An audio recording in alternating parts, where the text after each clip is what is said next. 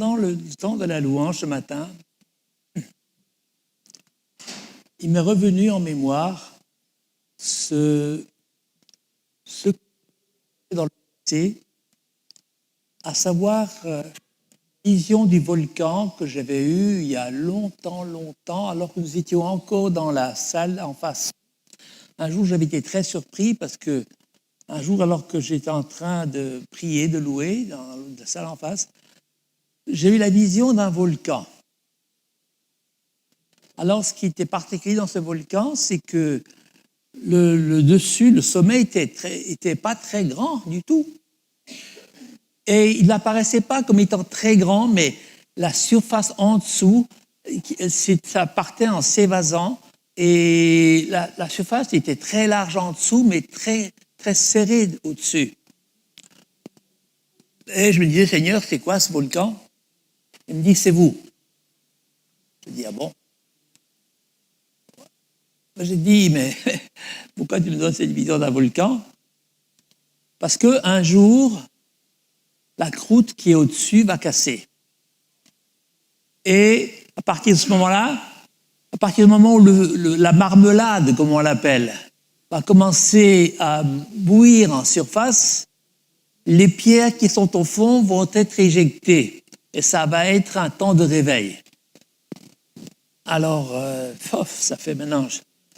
Ça fait bien plus de 20 ans, hein, 25 ans, facilement 25 ans, 30 ans peut-être.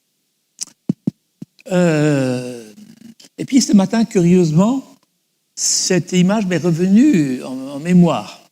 J'ai dit, mais Seigneur, pourquoi est-ce que tu me redonnes ça? Et le Seigneur me dit ce matin, la croûte qui était dure est en train de s'effondrer. Je dis, ah bon? Ça veut dire que, vous savez qu'il y a deux choses qui sont opposées l'une à l'autre, c'est la dureté de cœur ou l'amour, la bonté, la magnanimité, l'indulgence. Ce sont des choses totalement différentes. Et je crois que Dieu est en train de faire fleurir ces choses. Elles ne sont pas encore à la perfection, mais Dieu est en train de les faire fleurir. Et vous rappelez-vous, en ce début d'année, je vous avais donné cette parole, que c'était le temps de la restitution et le temps de l'accomplissement d'anciennes promesses, dont on ne se souvient même plus qu'on les a faites, que le Seigneur nous a faites. Et que le Seigneur, nous entrons dans les temps d'accomplissement de ses promesses.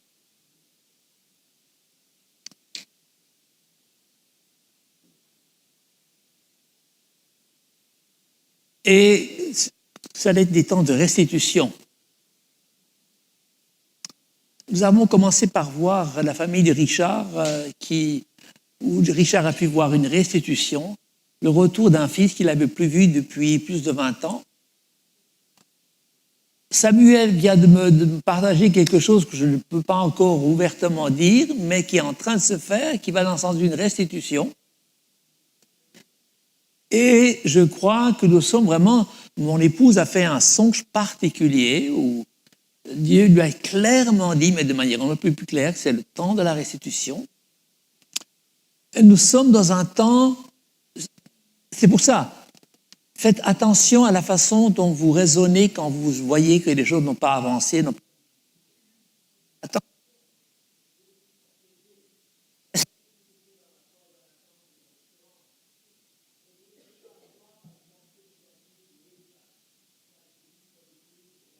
Quand même pas, etc.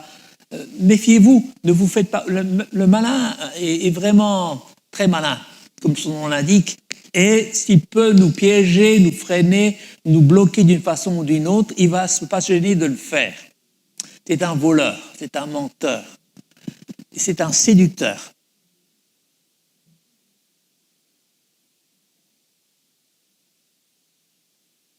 Chaque fois que Israël était sur le point d'aboutir dans quelque chose de grand, il était là.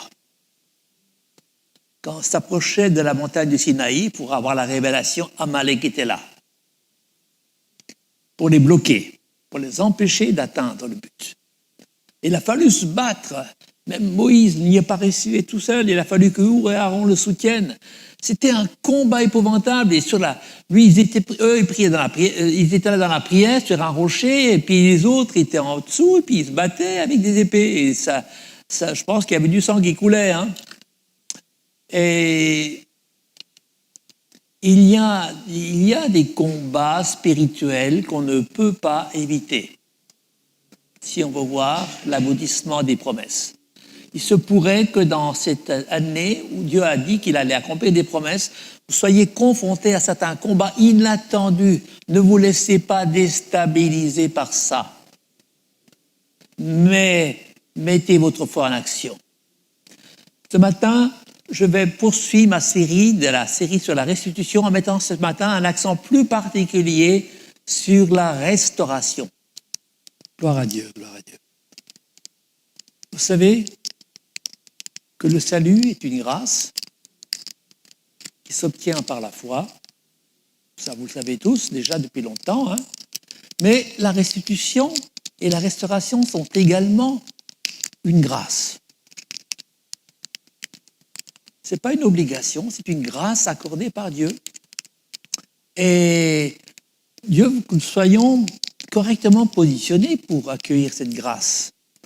Parce que Dieu ne restaure pas ses enfants en leur demandant de réparer seuls leurs fautes ou leurs problèmes, il agit en eux et avec eux. J'aimerais un extrait d'un passage de la lecture de Jérémie, c'est Jérémie 31, 18 à 21. Le fameux passage où Dieu dit « J'entends clairement Éphraïm se lamenter ». Vous savez qu'Éphraïm, c'était les tribus du nord d'Israël.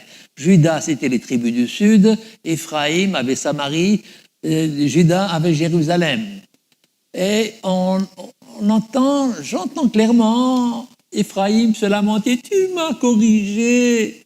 Je me suis laissé corriger. Pareil un jeune taureau qui n'a pas encore été dressé. Mais fais-moi revenir, ô Dieu, et je reviendrai, car tu es l'Éternel, mon Dieu. » Revenu de meilleures intentions, je regrette mon attitude. Après avoir pris conscience de mon état, je me frappe la cuisse, ou la poitrine, nous on dirait la poitrine, eux ils disent, je me frappe la cuisse. Les Juifs sont un peu différents de nous. Hein. Je suis honteux, je suis rempli d'humiliation, car je dois porter le déshonneur de ma jeunesse. Et la réponse est, de la part de Dieu, si Éphraïm est donc pour moi un fils chéri, un enfant qui fait mon plaisir, est-ce que chaque fois que je parle de lui, pourquoi mon souvenir reste-t-il si fort en moi? C'est que je suis profondément bouleversé quand il est question de lui. Je ressens beaucoup de compassion pour lui, déclare l'Éternel. Et Éphraïm, écoute bien, dresse-toi des poteaux indicateurs, place des points de repère, prête attention à la route, au chemin que tu as suivi, reviens, jeune fille d'Israël, reviens dans ce qui t'appartient. Waouh, waouh, waouh, waouh, waouh. Après avoir résisté à Dieu pendant des années,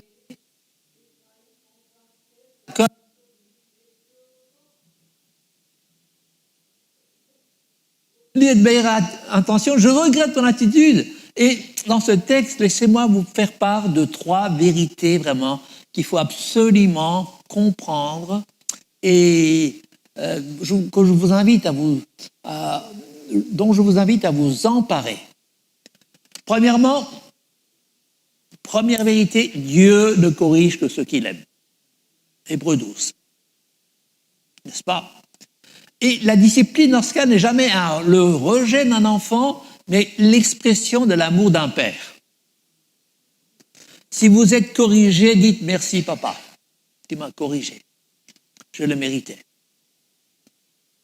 Parce que Dieu ne laisse pas quelqu'un s'égarer continuellement sans le reprendre et le corriger. Deuxièmement, c'est pas parce que Éphraïm a fauté qu'il lui dit « moi je te rejette, je ne t'aime plus ». L'amour de Dieu demeure malgré nos défaillances. Amen. Lorsque Dieu reprend Éphraïm, il dit « je ressens quand même beaucoup de compassion pour lui. Chaque fois que je me souviens de lui, mon cœur est ému. » Troisièmement, ça c'est la partie la plus importante, Dieu a invité Éphraïm à identifier les chemins qui l'ont fait tomber. Et ça, c'est la partie la plus importante. Il lui demande « dresse-toi des poteaux indicateurs ». Autrement dit, reconnais les schémas qui t'ont conduit au péché. Établis cette fois-ci des limites, fixe des repères, apprends de tes erreurs. La grâce ne consiste pas à ignorer les dangers, mais à recevoir la sagesse nécessaire pour ne plus y retomber. Amen. Ce matin, je voudrais vous parler dans le domaine de la restauration. La clé de la restauration, c'est la grâce de Dieu. Parce que la grâce nous protège absolument contre l'accusation du malin.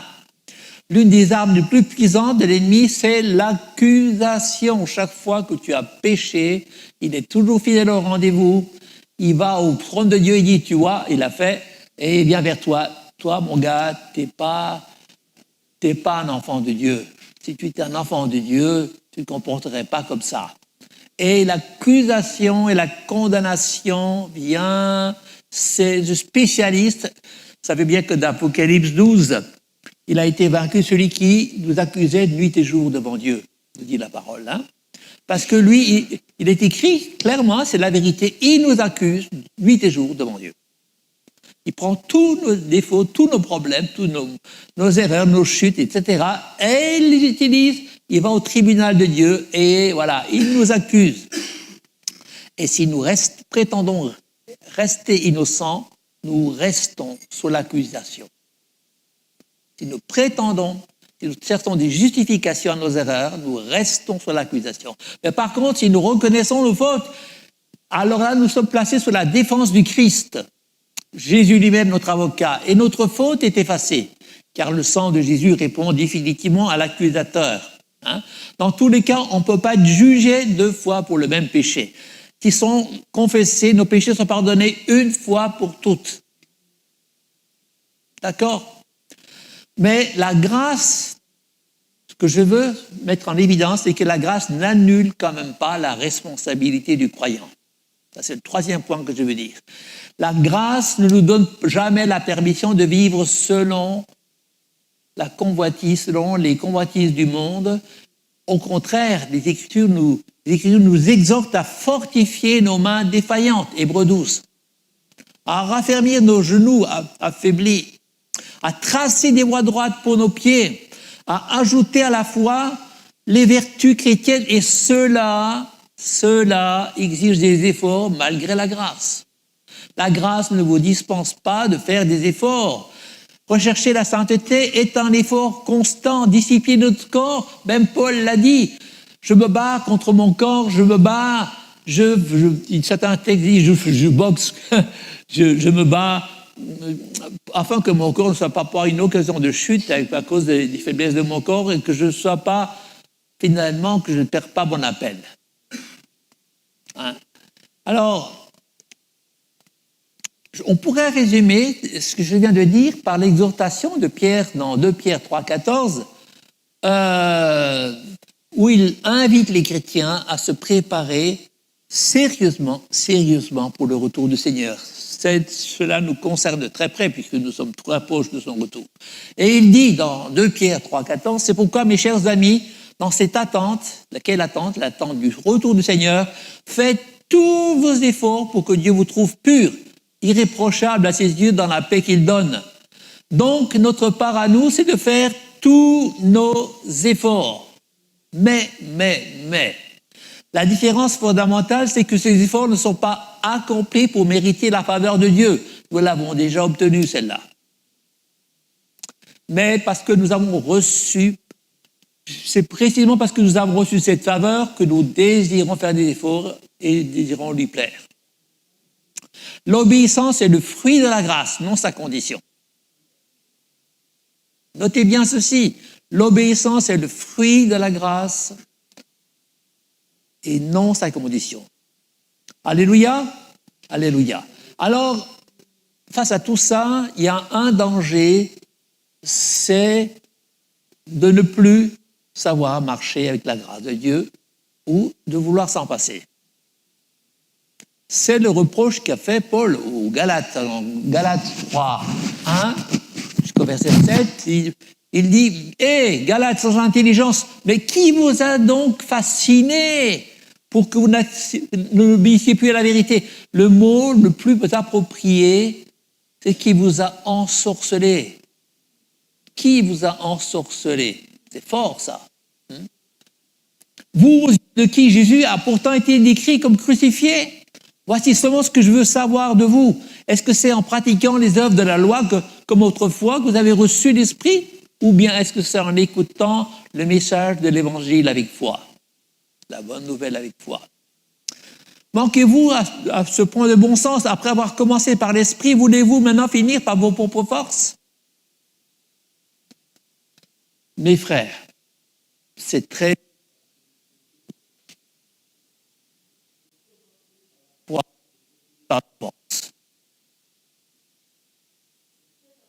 d'arriver là. Et ils avaient commencé par marcher par la foi et par l'action du Saint-Esprit. Ils étaient en train de retourner à la logique des mérites et des efforts humains au lieu de s'appuyer sur la grâce de Dieu. Et l'apôtre Paul, il leur pose cette question, mais avez-vous reçu l'Esprit par les œuvres de la loi ou par la prédication de la foi?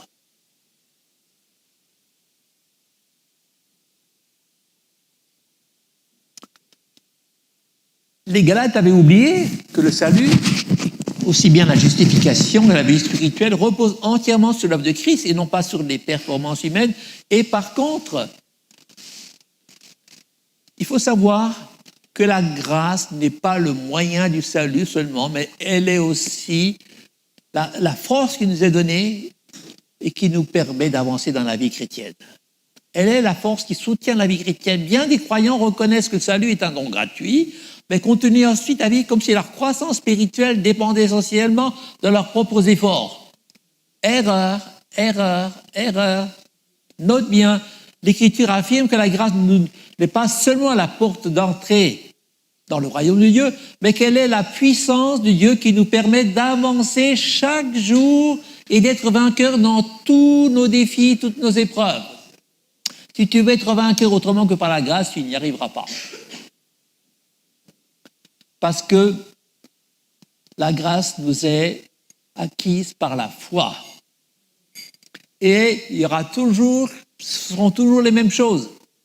On est sauvé par grâce, mais c'est au moyen de la foi, et toute épreuve, nous les affronterons par la grâce. Nous aurons la grâce de les affronter par la foi à nouveau. N'est-ce pas? Écoutez bien ce que disait Paul. 1 Corinthiens 15, 10. Notez ceci. Mais par la grâce de Dieu, je suis ce que je suis, et sa grâce envers moi n'a pas été vaine. Au contraire, j'ai travaillé plus que tous les autres apôtres. Mais toutefois, non pas moi, dit-il, mais la grâce qui est avec moi. Waouh! Vous avez entendu ça? Il a fait plus que tous les autres. Il pourrait se glorifier en disant « Moi, j'ai été plus zélé que tous les autres apôtres, j'ai fait beaucoup plus de travail, moi, j'ai étendu l'évangile sur tout le moyen, sur tout le bassin méditerranéen, la Grèce, la Turquie, l'Italie, l'Espagne. » Mais il dit « Toutefois, pas moi, mais la grâce de Dieu qui est avec moi. » Magnifique. Dieu travaille en vous pour produire le vouloir et aussi le faire. Parce que parfois, on a des bonnes résolutions, des bonnes intentions, on veut, et puis finalement, on ne le fait quand même pas. Mais il est dit, dans Philippiens 2,12, que Dieu, lui, il travaille en vous pour produire les deux, pour que vous puissiez aboutir, n'est-ce pas? Par conséquent, nous pouvons déduire de tout ce que nous venons de lire, de ce que Paul vient de dire, c'est que la grâce accompagne l'appel de Dieu, premièrement. Deuxièmement, que la grâce nous soutient notre service pour Dieu. Troisièmement, que la grâce nous fortifie dans les épreuves. Quatrièmement, que la grâce nous conduit jusqu'à notre héritage éternel et que toute victoire durable procède de la grâce agissant en nous par la foi. Car si notre salut a été acquis par la grâce au moyen de la foi, il en sera de même dans tous les domaines de notre vie. Si vous avez compris ça, vous aurez compris beaucoup de choses. Alors, pour cela, bien sûr, l'autosuffisance spirituelle est une illusion entretenue par l'orgueil. C'est le piège dans lequel Satan est tombé. La nouvelle alliance, c'est celle du Saint-Esprit. Notez bien que Paul a réprimandé aux Galates quand il pose cette question, avez-vous commencé par l'Esprit pour finir par vos propres forces? Ils ont voulu remplacer le Saint-Esprit par des règles extérieures. Et par la façon de faire, et par les principes de la loi. Paul lui dit que la lettre est bonne, mais elle tue. Mais par contre, l'Esprit fait vivre. Alors, la nouvelle alliance, ce n'est pas seulement celle fondée sur le sang de Jésus, elle est également fondée sur la présence active par le Saint-Esprit dans le croyant, qui nous permet de vaincre notre chair, de résister à la convoitise, de renverser les idoles de notre cœur, parce que vous savez que les idoles se construisent par le matériau que nous leur donnons.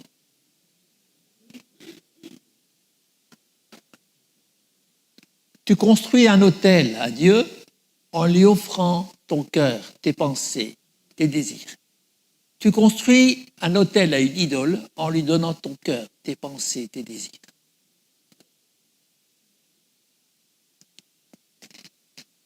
L'Esprit nous est donné pour détruire les idoles, pour parvenir, pour trouver la force de détruire les idoles et de marcher dans l'obéissance. Vaincre la chair, détruire, résister aux convoitises, renverser les idoles.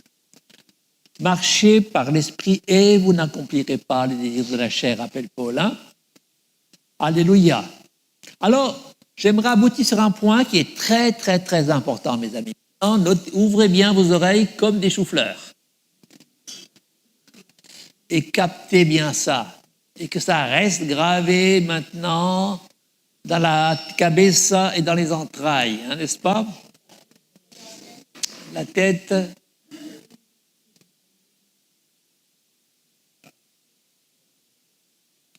La ventilation, hein? Ne porte pas, mais oui. Mais oui. Nous avons le tort de limiter la grâce à la question du pardon. Parce que la grâce nous a été donnée dans quelle mesure? Écoutez bien ce que dit l'apôtre Paul dans Éphésiens 4, 7. La mesure de la grâce a été donnée à chacun selon la mesure du don même de Jésus-Christ. Waouh! Jésus, qu'est-ce qu'il a? Il a tout donné. Il a donné sa vie, il a donné son sang, il s'est donné entièrement. Et il est dit que la grâce, la mesure de la grâce vous a été donnée selon la mesure du don de Christ. Ça veut dire qu'elle est absolue, elle est entière, elle est énorme. Et toi, tu te priverais de ça? Dieu est puissant, dit l'apôtre Paul, pour vous combler de toutes sortes de grâces, afin qu'ayant tout ce qui vous est nécessaire, vous ayez encore suffisamment de quoi de faire toutes sortes de bonnes œuvres. Dieu est puissant pour vous combler de toutes sortes de grâces. 2 Corinthiens 9, 8. Par conséquent, c'est notre mesure de foi qui va déterminer notre capacité à recevoir la grâce. Si ta foi est comme une petite assiette, tu auras la portion d'une petite assiette. Si ta foi est comme un grand plat, la grâce aura la proportion d'un grand plat. Si ta foi a la proportion d'une piscine, la grâce aura la taille d'une piscine. Waouh! à l'image de ce que tu as, ta compréhension de la grâce, ainsi te sera-t-il fait. Tu recevras selon la mesure dans laquelle tu as cru. Amen. Alors retenons ceci, et n'est jamais limitée du côté de Dieu. Non, elle est souvent limitée du côté de notre confiance. Que vas-tu faire? Vas-tu changer à partir d'aujourd'hui? Est-ce que tu vas prendre cela davantage au sérieux et réviser ta compréhension? Et te mettre à avoir une plus grande confiance dans la grâce de Dieu et à t'attendre à recevoir bien plus que ce que tu l'as reçu jusqu'à présent. Amen. Alors, je vais terminer par un sujet un peu pointu. C'est que la grâce ne s'est pas seulement donnée pour parvenir jusqu'au trône de Dieu par son esprit, mais avec aussi notre esprit. Oui, oui, parce que vous savez bien ce qu'a dit l'apôtre Paul, hein? Il a dit que nous sommes, que Dieu nous a fait asseoir avec Christ dans les lieux célestes. Mais comment ça? On est bien assis, moi je suis bien assis ici sur mon fauteuil, vous sur vos chaises. Paul ne disait pas un mensonge, il nous a fait asseoir en esprit, par son esprit, notre esprit l'a fait asseoir dans les lieux célestes. Et parfois, il y a un décalage entre notre esprit et notre intelligence et notre cœur. Alors, la grâce qu'il nous a donnée, c'est pas seulement d'avoir l'accès à la présence de Dieu, mais, comme le dit Hébreux chapitre 12, au verset 22, nous sommes approchés, dit-il, de la Jérusalem céleste, de la montagne de Sion, de la Jérusalem céleste, des myriades des anges, de l'assemblée des premiers-nés, de Jésus, le médiateur de la nouvelle alliance, du sang répandu qui parle mieux que celui d'Abel. Nous ne sommes pas seulement approchés du trône de Dieu quand nous nous approchons, mes frères, nous nous approchons pas seulement du trône de Dieu, contrairement à ce que vous pensez. On pourrait s'arrêter là. Mais ce n'est pas juste. Par l'Esprit qui habite en nous, nous sommes déjà en relation avec ces différentes réalités célestes que nous venons d'énumérer. La Jérusalem céleste, les myriades d'anges. Et pourquoi? Parce que Hébreux 12 nous dit que nous sommes... Pardon.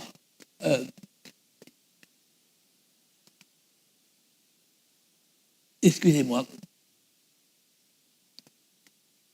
La fin de Hébreux 11, avant Hébreux 12, nous dit que nous sommes environnés par une grande nuée de témoins. Et comment ça, environnés des grandes nuées de témoins? Je ne les vois pas.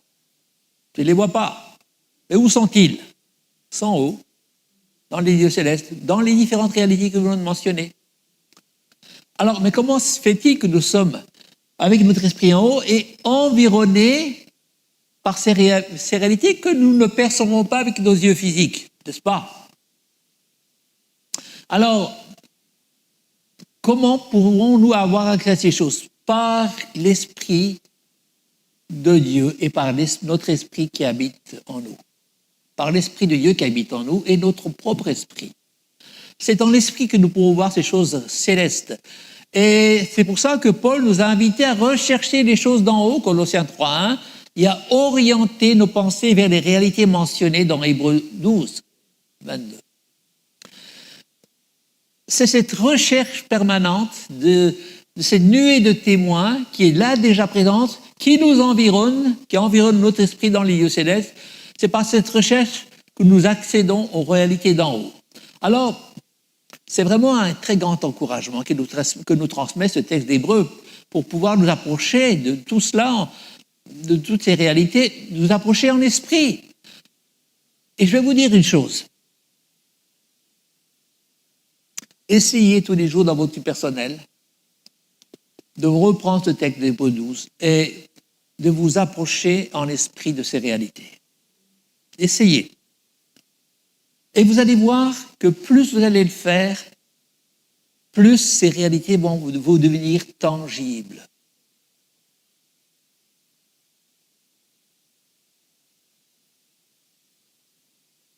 Plus vous le faites, plus vous méditez, plus vous dites « je me suis approché de ces réalités ». Rappelez-vous donc ce qui s'était passé avec le sacrificateur Zacharie lorsqu'il était revêtu de vêtements sales et que Dieu lui a envoyé un ange pour lui donner des vêtements propres et de changer son turban.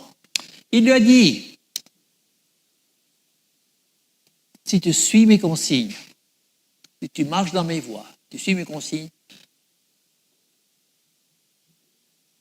je te ferai paraître ici, parmi ceux qui sont ici. » Il était en bas, il était vivant dans la chair, en chair et en os. Il disait, dans Zacharie 3, il dit, tu seras parmi ceux qui sont ici. Et c'est qui étaient les anges, qui étaient les témoins qui étaient là au moment où Dieu a nettoyé, purifié Zacharie de ses vêtements, de ses souillures. Et autrement dit, quand nous sommes purifiés de nos souillures et que nous marchons droitement, que nous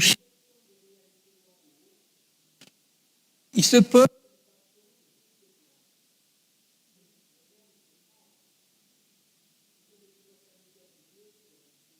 qui ont été ravis en esprit, qui ont été amenés dans ces réalités, qui ont vu tout, qui ont tout vu. Ma femme qui a fait ce songe, elle a été amenée là-haut aussi, et elle a vu des choses incroyables qu'elle m'a racontées avec tellement d'émotion que j'en étais bouleversé, elle aussi était bouleversée. Mais elle l'a vu en songe. Mais j'en connais un autre qui a vu un intercesseur qui a vécu les mêmes choses. Et je vous assure que c'est possible de le vivre.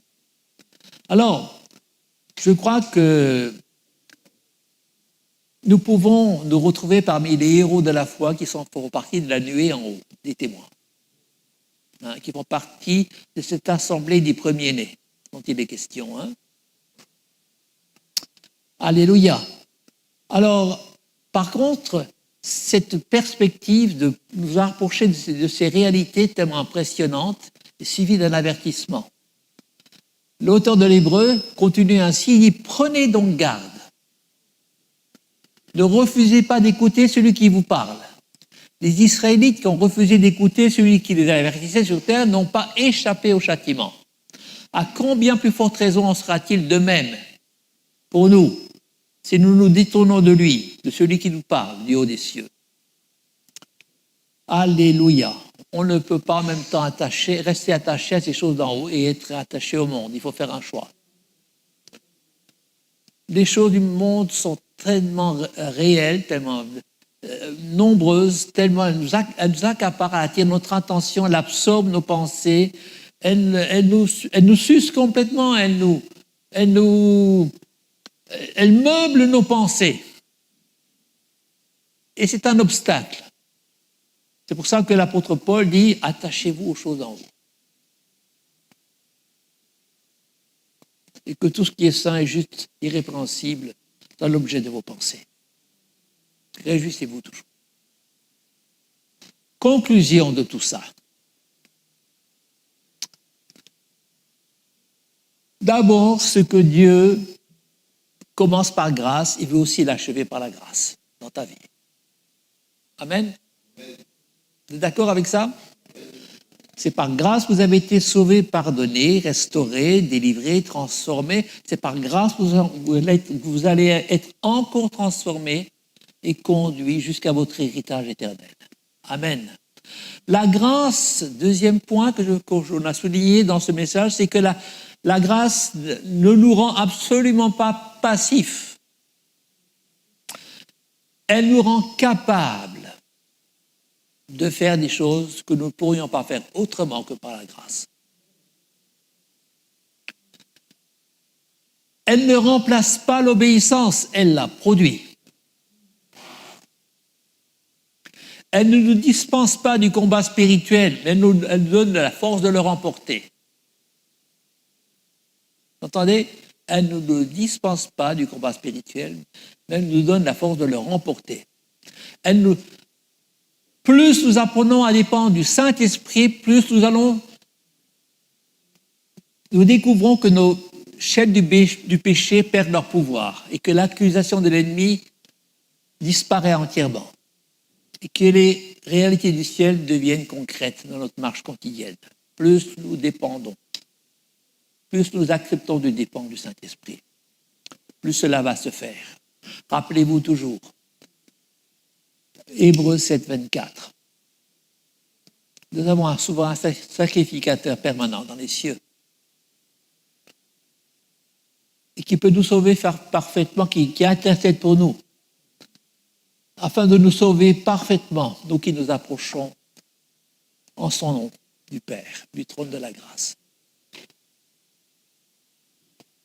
Vos luttes, vos combats seront de moins en moins forts parce qu'il va vous fortifier de plus en plus. Les péchés que vous pratiquez, vous les verrez finalement disparaître à cause de l'intercession de Jésus et par votre obéissance et par la grâce de Dieu.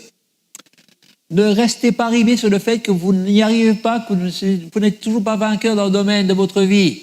Vous allez y arriver par la grâce de Dieu au moyen de la foi. Amen. C'est pourquoi nous devons garder notre cœur fermement établi dans la grâce, refuser de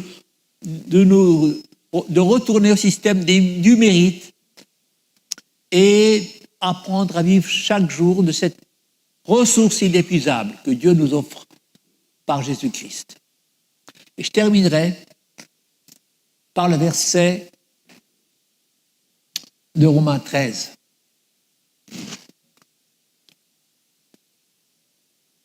Romains 13, 12 nous dit « C'est l'heure de vous réveiller, enfants du sommeil.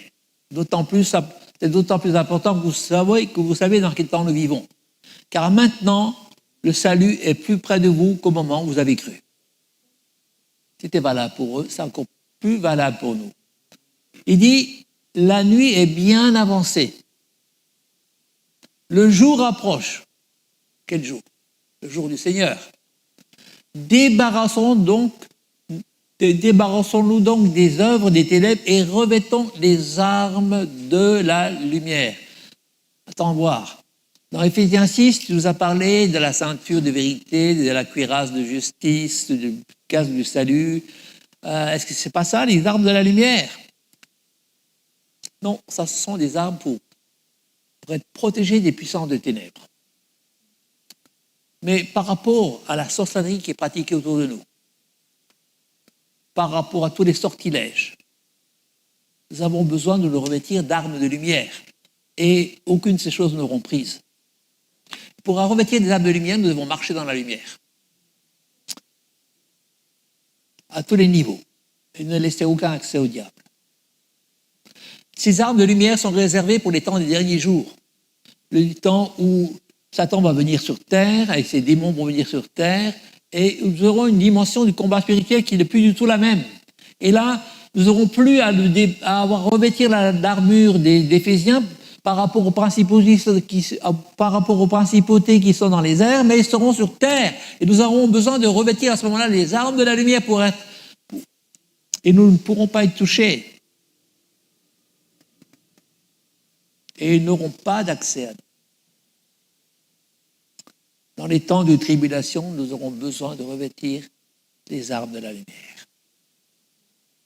Et avancer avec assurance jusqu'à la victoire finale, jusqu'au jour où le Seigneur accomplira parfaitement son œuvre en nous, celle qu'il a commencée, et qui nous fera entrer dans notre héritage, l'héritage promis aux vainqueurs. Vous êtes destinés à être vainqueurs. Amen.